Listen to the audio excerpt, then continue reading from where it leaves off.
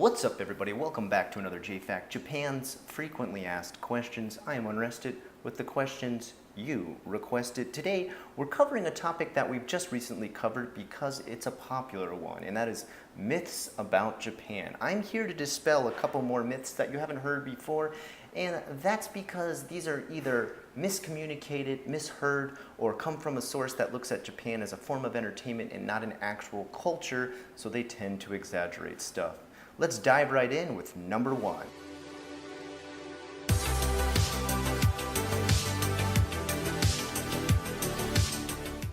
Number one, Japanese TV is amazing. Now, I know what you're thinking. Scott, I've seen a couple clips on YouTube of some pretty crazy stuff on Japanese TV. For example, two very hot models blowing a dead roach back and forth through a pipe and seeing who gets stuck with swallowing the roach. Maybe something crazy like manzai comedians trying to read books or read speeches while they're given a hand job. Yeah, that's not typical everyday Japanese TV. A lot of what you're seeing there are either cuts from shows long in Japan's past or cuts from DVDs that are actually ones that you have to purchase and are usually quite expensive. For example, that one with the people reading the different skits or reading the books while getting a hand job, that is not something that's regularly on Japanese TV. It would not be allowed. Mostly what you're dealing with is a lot of talk shows, variety shows, and cooking shows. A lot of these talk shows feature no-name talent. They also have a couple actors come on, but it's usually whoever's popular at the time for starring in some movie. In between there, you've got a couple manzai comedian acts that come on, which if slapstick's your thing, you may really find these funny, but personally, I'm not a big fan of slapstick humor, so I don't really find them overly funny. And then there is the cooking shows where Smap cooks another omelet and everybody claps. Yay, Smap, you did it. You cooked another omelet. Yay, good job. Those shows suck.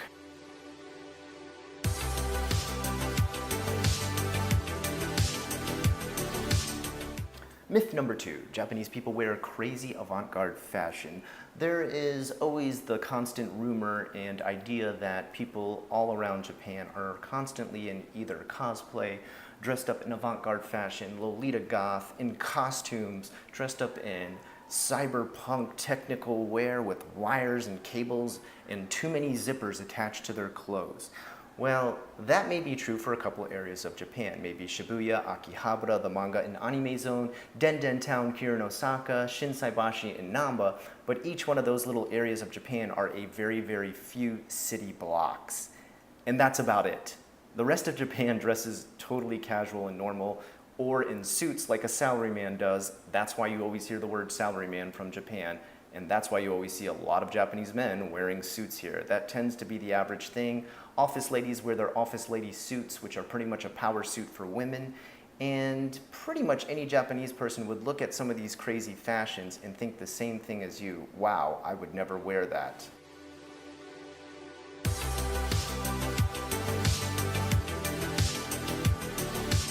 Myth number three, in Japan it is against the law to be fat.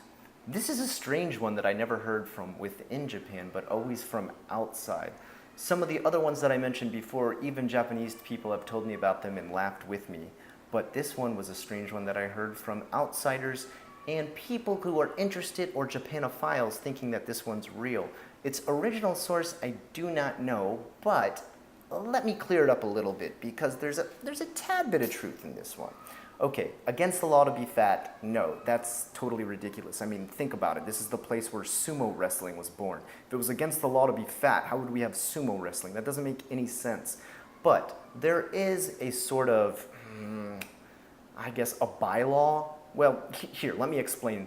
Within big corporations within Japan, they have to pay a certain percentage of national health care.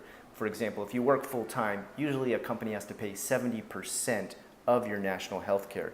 Now, so that they don't have to pay more or get penalized by the government to have special insurance for you for health problems, a lot of companies try to force their employees to stay healthy and fit because it can actually save them money and the employee money in the long run. It's also something that they kind of do to look out for their own employees' healths. Now, if people don't actually follow this, or they don't follow the rule, or they do just let themselves get fat, they're not penalized and no one is actually fired for getting fat. Maybe that's happened in a very exceptional case, but usually that cannot happen in Japan and is against the law to actually do so.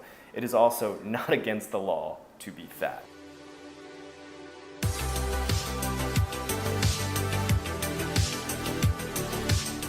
Number 4. This is kind of a broad one, and I'm going to cover a lot with it. I'm just going to say every trending fetish you have ever heard about in any newspaper around the world is fake. That's not true.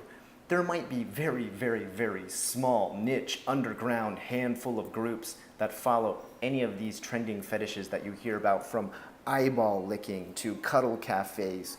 But think about your own country and think about the many weird fetishes you've heard about within there, and ask yourself, does every person in that country do this fetish or that fetish? No, they probably don't. For example, in America, you've got pony play. If you've never heard of this fetish before, it's a fetish in which people dress up as ponies and have people ride them around. Now, I don't know about you, but I've never done that in my own country of America. There's also furries, which I have nothing against, but people who dress up as anthropomorphic animals and sometimes, not always, but sometimes have intimate relationships within these costumes. Never done it. Have you? If you haven't, then your whole country doesn't do it, does it? Same thing goes for Japan. Every single trending fetish you ever read about does not happen to every person, nor is every person in Japan into it. In fact, if you showed it to almost anybody in Japan, they would agree with you, that's weird. Who does that? Not me.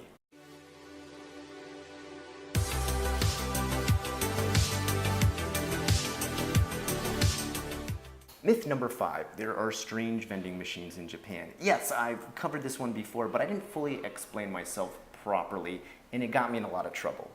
A lot of people were shouting at me that yes, there are vending machines for eggs, there are vending machines for rice, there's vending machines for panties too, used panties on top of that, and strange toys and even sexual fetish objects. Okay, let's better define this so that there's not a flame war down in the comments.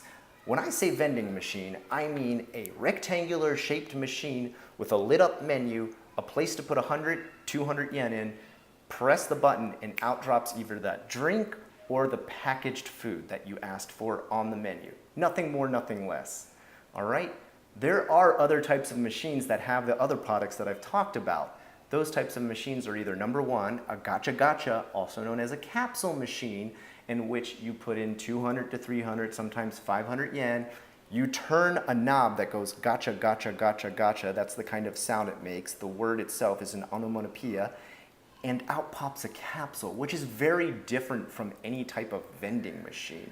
Yes, those have some strange stuff in it. Those have a lot of different toys, which aren't that crazy, but they also do have things like used panties. Well, supposedly used panties. Number 2, there are locker storage or food locker or refrigerator-esque type machines in which you put a couple coins in and are able to open the refrigerated door and grab some sort of food. This is kind of like a grocery store that doesn't need clerks at it. This can have anything from eggs to rice, but even the rice ones are a little bit different because you put in different amounts of coins, choose the size of the rice, 1 cup, 2 cup, 3 cup, 4 cup, it spills it into a bag that you can then seal up. And it's a totally different mechanism from a vending machine. If you saw a vending machine next to one of these machines, you would not consider them the same. Actually, you want to hear a little bit of a weird story about vending machines? A friend of mine had a friend who was a Yakuza, and that guy wanted to sell the used panties business. So he had all the guys in his gang wear those panties, and they put them in the capsules after that and sold them as used panties. But apparently the otaku who are really into used panties smelled them and said, dude, this does not smell like a woman. So you know what he did? He had his mom and all her friends who were 50 to 60 plus wear the panties, and then he collected those and put them in the capsule machine. Now you guys know what you're buying when you get those panties in a capsule machine. Yummy. Well, there you go, guys. JFAC. Once again, as always, JFAC. Like I said, it's not going anywhere. I'm not taking JFAC off of my channel. A lot of people got really worried when they saw my news and J News and YouTuber news that this show was disappearing, but it's never going to disappear. And also, the walk and talk JFAQ are not going to disappear. None of the stuff you see on my channel is going to disappear, including Unrest Watch and even Osoroshi Saturday, which comes out tomorrow. Guys, what I would love from you is more questions. Try to think of ones that are outside the box of what we usually get asked here in Japan. Can I work this job? Can I do this in Japan? Think about weird news articles you like too and ask if those are real. On top of it, if you do love JFAQ a ton more than the J News or the YouTuber news, the way you can show me that is by sharing this video, liking this video, commenting on this video, and subscribing to my channel. The more likes that this video gets, the higher up it shows on a YouTube result, the more views it gets, the more I know I need to be making more of these. The more shares that this gets all around the internet, the more people who come to see it, the more subscribers it get, and the more I know I need to be making these videos. If you want to let me know, Scott, I want to see way more JFAQ than J News, just share and I'll care. Until next time, I'm Unrested with the questions you requested. This is JFAQ, Japan's frequently asked questions.